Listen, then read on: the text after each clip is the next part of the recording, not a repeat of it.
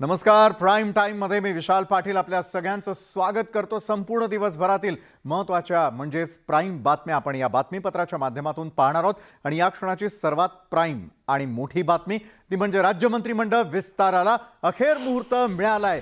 गेल्या 40 दिवसांपासून मंत्रिमंडळ विस्ताराची केवळ आणि केवळ चर्चा सुरू होती. मंत्रिमंडळ विस्ताराबाबत केवळ तारीख पे तारीख सांगितली जात होती आणि अखेर उद्या मंत्रिमंडळ विस्तार होणार असल्याची माहिती मिळते. मुख्यमंत्र्यांच्या निवासस्थानी नंदनवनवरती मुख्यमंत्री आणि उपमुख्यमंत्र्यांमध्ये झालेल्या बैठकीत हा निर्णय ठरल्याची माहिती मिळते आणि त्यानुसार आता उद्या सकाळी 11 वाजता मंत्रिमंडळाचा विस्तार होण्याचा मुहूर्त ठरलाय. चंद्रकांत पाटील, मुनगंटीवार, विखे पाटील तसंच गिरीश महाजनांची नावं निश्चित करण्यात आलेली आहे. तर शिंदे गटाकडून दादा भुसे, गुलाबराव पाटील, उदय सामंत, संजय शिरसाट यांची नावं चर्चेत आहेत. मात्र मंत्रिमंडळातील संभाव्य मंत्र्यांची यादी मात्र अजूनही गुलदस्त्यातच ठेवण्यात आलेली आहे.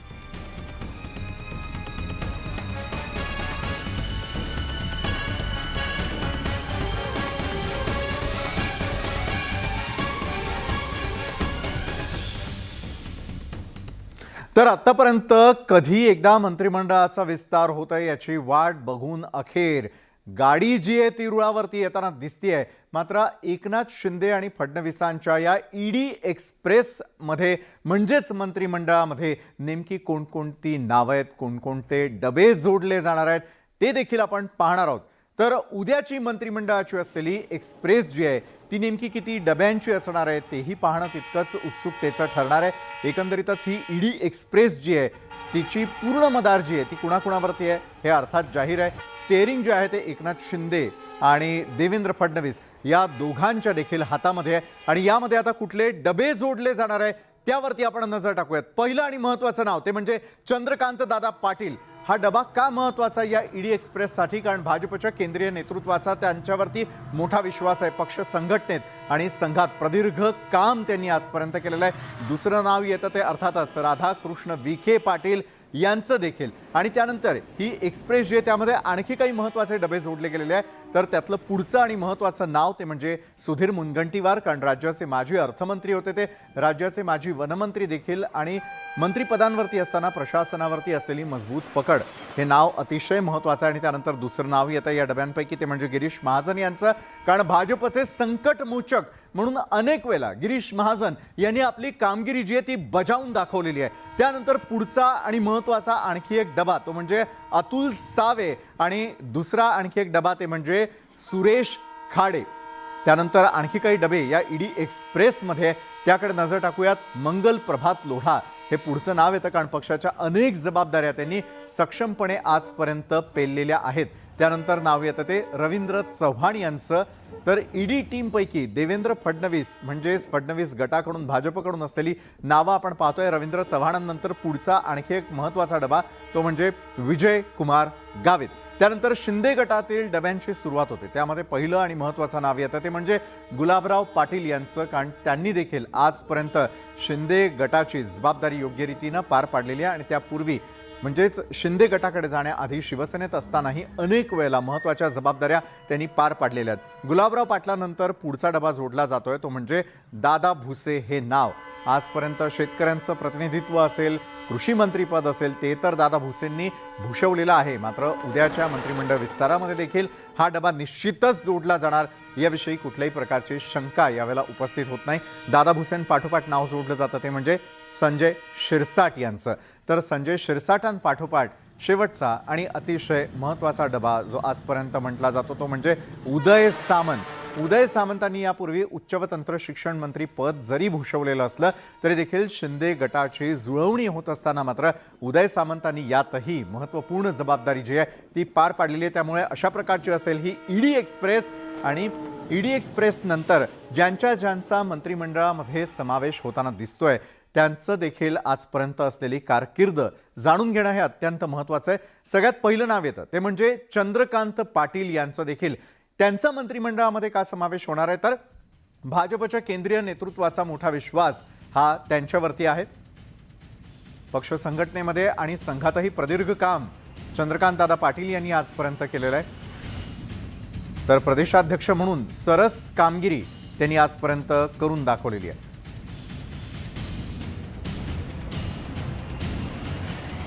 तर पक्ष संघटना मजबूतीसाठी देखील मोठं कार्य त्यांनी आजपर्यंत केलेलं आहे. तर महाविकास आघाडीमधील तिन्ही पक्षांविरोधामध्ये आक्रमक भूमिका ही चंद्रकांत दादा पाटील यांनी आजपर्यंत निभावली. तर अनेक आंदोलनांमध्ये सक्रिय सहभाग हा दादांची आणखी एक जमेची बाजू. तर राज्याचे माजी महसूल मंत्री होते चंद्रकांत पाटील. तर प्रशासनावरती असलेली त्यांची मजबूत पकड याच्यामुळे देखील त्यांच्यावरती एक मोठी जबाबदारी मंत्रीपद त्यांना दिलं जाण्याची निश्चितच शक्यता.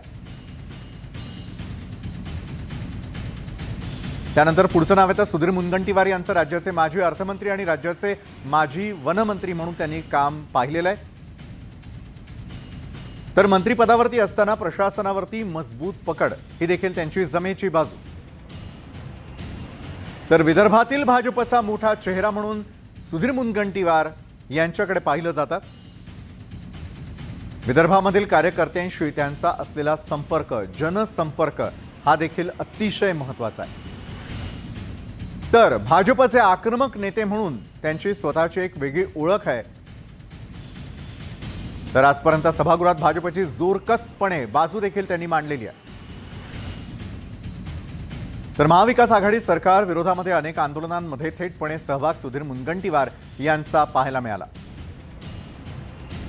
तर वनमंत्री म्हणून काम करत असताना 33 कोटी वृक्ष लागवडीची योजना देखील त्यांनी राबवली.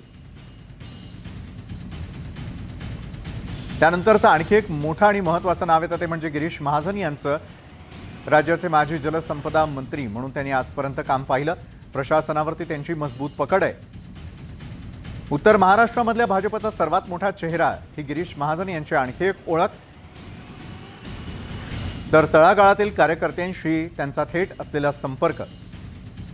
भाजपचे संकट मोचक म्हणूनही ते प्रसिद्ध आहेत. परडे वक्ते म्हणून महाजनांची ओळख आहे.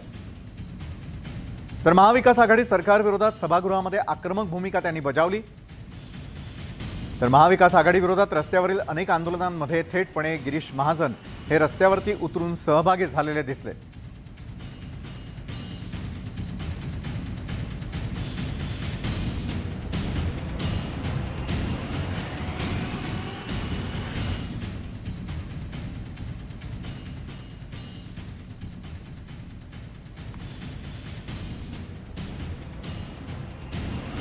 तर एकंदरीतच आपण यावेळेला पाहतोय की मंत्रिपदांच्या निश्चिती संदर्भामध्ये चर्चा सुरू झालेली असताना दुसरीकडे या क्षणाची सर्वात मोठी ब्रेकिंग न्यूज आपण पाहणार होती म्हणजे राज्य मंत्रिमंडळ विस्तार हा उद्या होणार असल्याची जोरदार चर्चा असताना मुख्यमंत्र्यांनी मात्र लवकरच मंत्रिमंडळ विस्तार होईल असं वक्तव्य केलेलं आहे.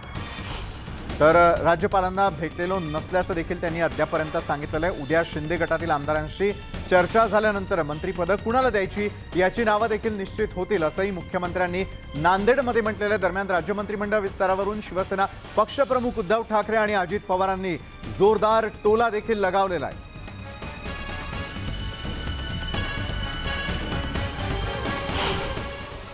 मंत्रिमंडळाच्या विस्ताराची बातमी तुम्हाला लवकरच कळेल.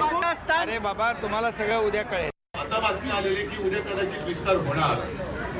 आता विस्तार झाल्यानंतर सुद्धा काय दिवे लागणार आहेत ते त्यांचं त्यांना लक्ष लाभो. मी मात्र तुमच्या सगळ्यांच्या विश्वासाने आणि भरोश्यावरती मैदानात उतरलेलो आहेच. मी मैदान सोडून पडणार नाही, अजिबात नाही. मंत्रिमंडळ कधी करायचं, काय करायचं हे अनेक दिवस आपण सगळेजण पाहत होतो. ते फक्त लवकरात लवकर अशा प्रकारचे उत्तर देत होते. पण आता मात्र दिल्लीची त्यांची ट्रिप झालेली आहे आणि आज पण काहीतरी 2 जण नंदनवनला बसलेले होते. त्याच्यामुळे उद्याच्याला मंत्रिमंडळाचा विस्तार होण्याची शक्यता दाट वाटते. अजून अधिकृत कळालेलं नाही. तर राज्य मंत्रिमंडळ विस्तारामध्ये भाजपचे प्रदेशाध्यक्ष चंद्रकांत पाटील यांची वर्णी लागणार हे जवळपास निश्चित झालेलं आणि त्याचवेळी त्यांच्याकडे असलेलं प्रदेशाध्यक्षपद हे आशिष शेलारांकडे सोपवलं जाण्याची शक्यता आहे. आगामी महानगरपालिका निवडणुकीच्या पार्श्वभूमीवर त्यांच्याकडे ही जबाबदारी सोपवण्यात येणार असल्याची माहिती देखील सूत्रांनी दिली आहे.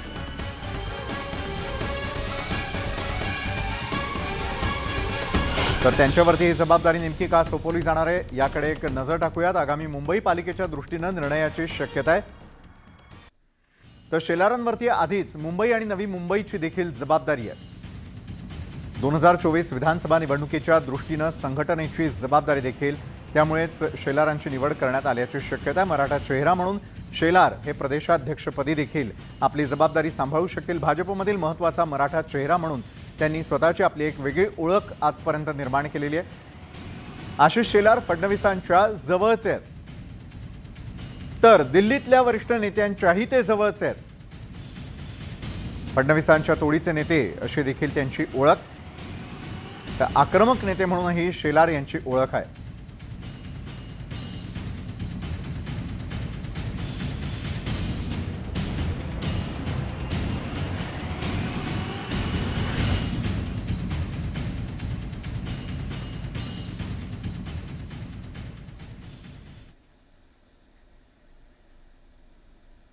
थेटपणे आपण यावेळेला हिंगोलीला जाणार आहोत, कारण त्या ठिकाणी मुख्यमंत्री एकनाथ शिंदे बोलतायत. आज पाहूयात.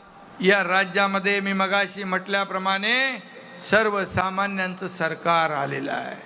सर्वसामान्यांना न्याय देण्याचं काम आपल्याला करायचं आहे. मगाशी हेमंत पाटील म्हणाले केंद्र सरकारचं देखील आपल्याला पाठबळ आहे. हो, मला आनंद आहे, मला समाधान आहे कि या देशाचे प्रधानमंत्री नरेंद्र मोदी साहब म्हणाले इस राज्य को आगे बढ़ाओ, इस राज्य की प्रगति करो, इस राज्य को विकास की ओर लेके जाओ, कुछ भी आपको कमी नहीं होगी. केंद्र सरकार इस आपके राज्य के पीछे पूरी ताकत से खड़ा है.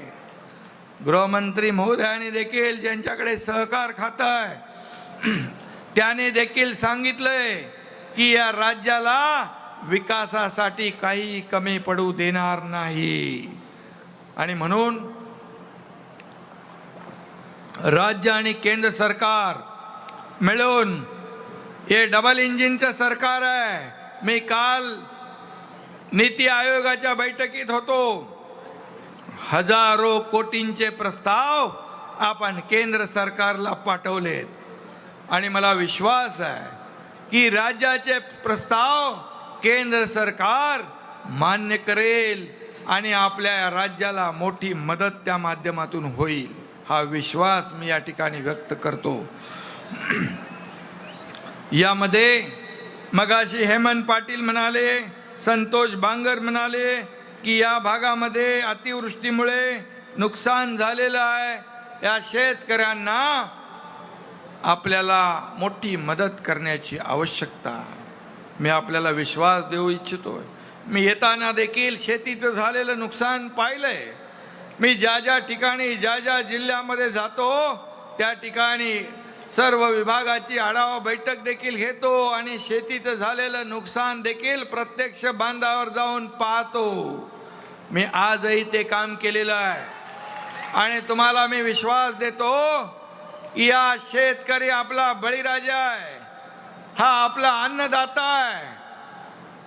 यासाठी त्याचं या अतिवृष्टीमध्ये झालेलं जे नुकसान आहे, आतापर्यंत जेवढी कधी मदत शेतकऱ्याला झाली नव्हती तेवढी मदत हे आपलं शिवसेना भाजप युतीचं सरकार केल्याशिवाय राहणार नाही.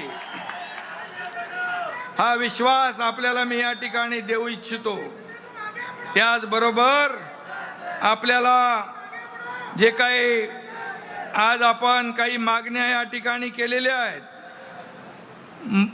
शेळी मेंढी विकास महामंडळाचं कार्यालय या ठिकाणी आपला कळमनुरीमध्ये शेळी मेंढी विकास महामंडळाचं कार्यालय मोठ्या प्रमाणावर आपले धनगर समाज बांधव या ठिकाणी राहतात. मी नक्की या बाबतीमध्ये सकारात्मक भूमिका घेईन आणि जे सर्वसामान्य लोकांना पाहिजे, जे सर्वसामान्य लोकांच्या सोयीचं आहे. तर मुख्यमंत्री यावेळेला बोलत होते, ज्याचं थेट प्रक्षेपण आपण पाहिलं. केंद्र सरकार आपल्या पाठीशी असल्याचं आणि महाराष्ट्राच्या प्रगतीच्या दृष्टीनं पावलं उचलणार असल्याचं त्यांनी यावेळेला बोलताना सांगितलं. त्यानंतर बोलूयात आणखी एक मोठी बातमी दिवसभरातली, ती म्हणजे टीईटी घोटाळा प्रकरणामुळे माजी मंत्री आणि शिंदे समर्थक आमदार अब्दुल सत्तार हे चांगलेच अडचणीत आलेले आहेत. टीईटी घोटाळ्यामध्ये सेवामुक्त झालेल्या बोगस शिक्षकांच्या यादीमध्ये सत्तार यांच्या 4 मुला-मुलींची नावं असल्यामुळे एकच खळबळ उडाली. पैसे देऊन टीईटी परीक्षा उत्तीर्ण झालेल्या शिक्षकांची शिक्षण विभागानं यादी जाहीर केलेली आहे आणि त्यामध्ये सत्तारांच्या 3 मुली आणि एका मुलाचा समावेश आहे. मात्र सत्तार यांनी हे सगळे आरोप आता फेटाळून लावले आहेत.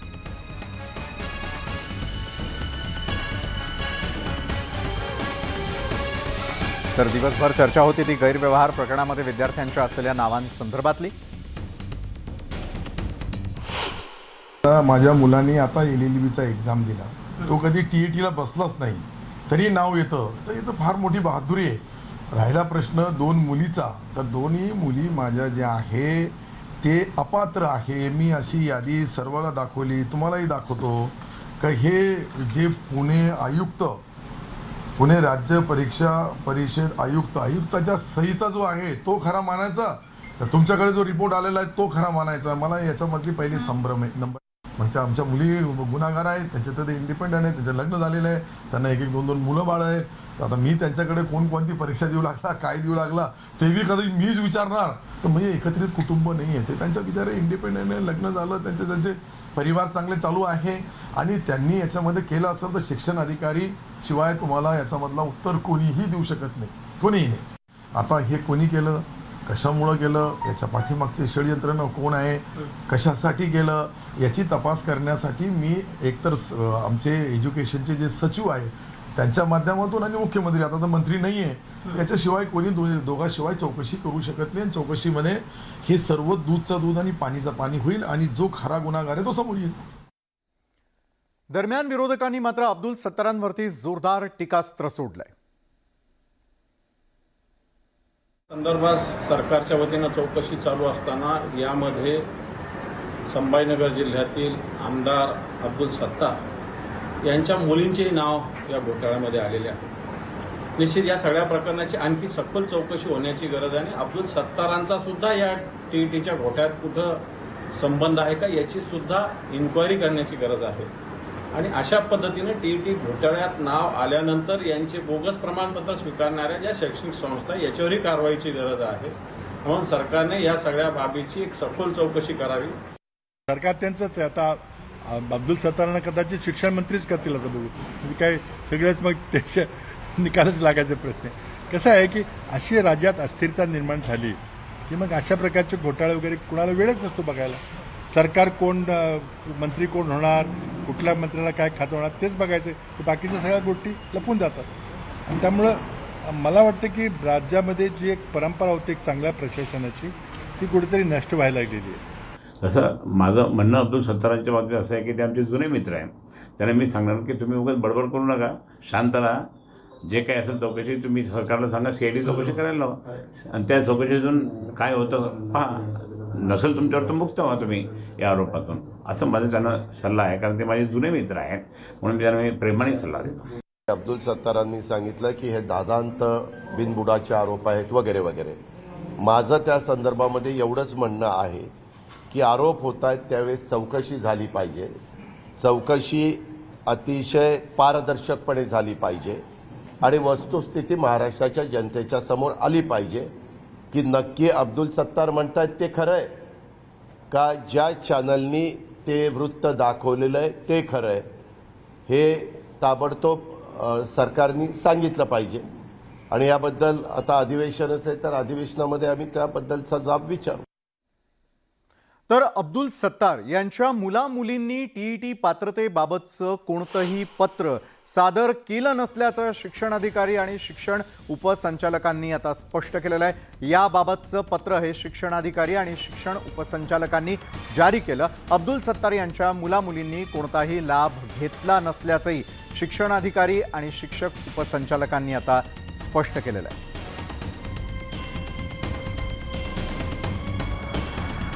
सिद्धार्थ गोदाम आमचे प्रतिनिधी, त्यांच्याकडून या संदर्भात आपण अधिक माहिती घेणार आहोत. सिद्धार्थ, शिक्षणाधिकारी आणि शिक्षक उपसंचालकांनी आता स्पष्टीकरण दिलेलं आहे. या प्रकरणामध्ये या क्षणाला नेमकं काय घडतंय? सिद्धार्थ. निश्चितपणे सत्तारांच्या 4 अपत्यांची नावं टीईटी घोटाळ्यात आल्यामुळं सत्तार यांनी स्वतः सुद्धा सकाळी प्रेस कॉन्फरन्स घेऊन स्पष्टीकरण दिलं होतं आणि आता त्यानंतर सत्तारांनी ज्या पद्धतीने सांगितलं होतं दूध का दूध पाणी का पाणी करायचं, त्यानुसार त्यांनी स्वतःच शिक्षण उपसंचालक कार्यालय असेल किंवा शिक्षणाधिकारी कार्यालय असेल या सगळ्यांना माहितीच्या अधिकारामध्ये पत्र पाठवली आणि त्यांनी आपल्या मुलींच्या लाभाबद्दल कोणते लाभ घेतले का अशी विचारणा केली. तर शिक्षण उपसंचालक यांनी स्पष्टपणे सांगितलेलं आहे की अब्दुल सत्तार यांच्या दोन्ही मुलींनी टीईटी पात्र असल्याचं पत्र कुठलंही शिक्षण विभागाला दिलेलं नाहीये किंवा या पद्धतीचा कुठलाही त्यांनी लाभ घेतलेला नाही, त्यांनी वेतन घेतलेलं नाही. त्यामुळं या प्रकरणामध्ये यांची नावं आली कशी अशा पद्धतीचा एक संशय आहे. आणि दुसरं शिक्षणाधिकाऱ्यांचं सुद्धा पत्र आहे त्यामध्ये सुद्धा स्पष्ट केलेलं आहे की सत्तारांच्या दोन्ही मुलींनी टीईटी पात्र प्रमाणपत्र शिक्षण विभागाला दिलेलं नाही आणि कसल्याही पद्धतीचा लाभ पगार त्यांनी घेतलेले नाहीत. नक्कीच एका बाजूला हे स्पष्टीकरण देण्यात आलेलं आहे, त्यामुळे आज दिवसभर टार्गेटवर असलेले सत्तार आणि त्यांच्याकडून आलेलं स्पष्टीकरण यावेळेला अवघा महाराष्ट्र पाहतोय. धन्यवाद आपण दिलेल्या सविस्तर माहितीसाठी सिद्धार्थ.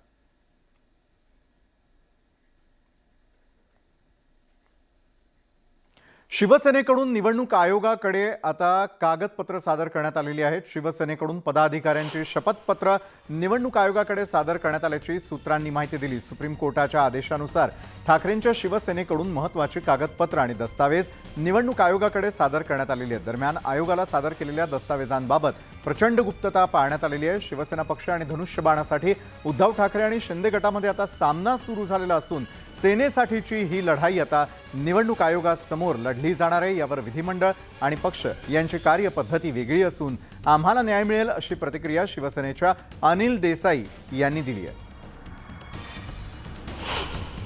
जे असावं असं मांडण्याचा प्रयत्न करा. म्हणजे मी मगाशी म्हटलं की खरोखर न्यायप्रविष्ट मुद्दा आहे आणि सत्यमेव जयते तशा प्रकारचा न्याय व्हावा हे आपली अपेक्षा असली पाहिजे असं मला वाटतं.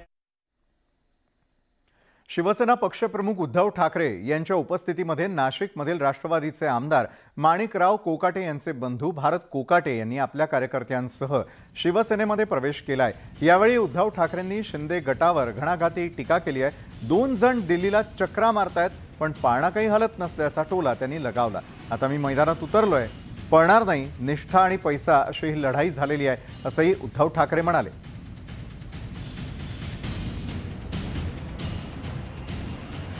गद्दारांची चिंता जेव्हा ते शिवसेनेत तेव्हा होती पण आता ती पण नाही.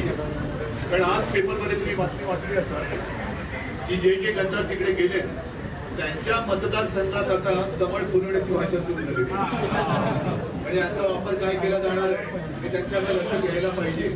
हे त्यांच्या लक्षात आलं पाहिजे की आपला यूज अँड थ्रो वापरून फेकून द्यायचं, थोडं पुस्तक उपयोग तो करायचं. जर हिंमत असेल तर निवडणुका घ्या ना. अजूनही 41 दिवस झालेले 2 जण दिल्लीत चक्रा मारतायत पण पाळणा काही हलत नाही. आणि असा काही संबंध लावू नका. मी शिवसैनिकाचं रक्त असलेल्याचं मनगट आहे.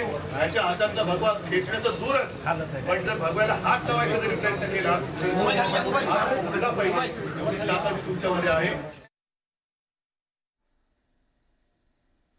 तर या होत्या संपूर्ण दिवसभरात घडलेल्या आतापर्यंतच्या प्राईम अशा बातम्या. तर आजच्या प्राईम टाईममध्ये वेळ झाली इथंच थांबण्याची. ताज्या बातम्यांसाठी पाहायला विसरू नका न्यूज 18 लोकमत.